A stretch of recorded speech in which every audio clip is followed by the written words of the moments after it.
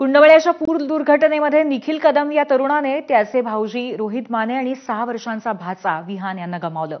तर त्यांची बहीण शमिका मानेंवरती रुग्णालयात उपचार सुरू आहेत. माने कुटुंब हे पिंपरी चिंचवडमध्ये राहणार होतं. त्यांच्याशी बातचीत केली आमच्या प्रतिनिधींनी.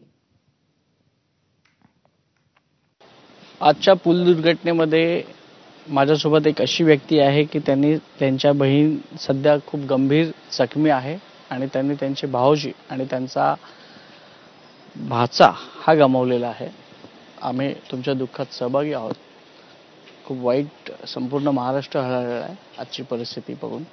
नेमकं आजचं जी वेळ होती ती कशी घडली आणि त्यामध्ये म्हणजे कुठून आले होते हे, आणि आज फक्त फिरायच्या निमित्तानं बाहेर पडले होते.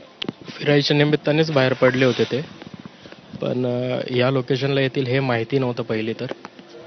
पण जसं आम्हाला समजलं, आम्हाला कॉल आला की असं दुर्घटना घडली आहे आणि आमची मुलगी माझी जी बहीण आहे ती या हॉस्पिटलला आहे, पण आमचे भाऊजी यांनी आमचा भाचा भेटत नव्हता. त्यामुळे आम्ही घटनास्थळी गेलो. घटनास्थळी आम्हाला समजलं की लोक अडकलेली आहेत खाली पुलामध्ये.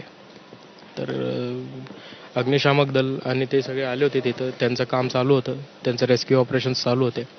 मग तोपर्यंत आम्ही पवना हॉस्पिटलला आलो. तिथं माझ्या बहिणीची हालत बघितली, ती गंभीर जखमी आहे. तिचे दोन्ही पाय फ्रॅक्चर आहेत, तिचा हात फ्रॅक्चर आहे.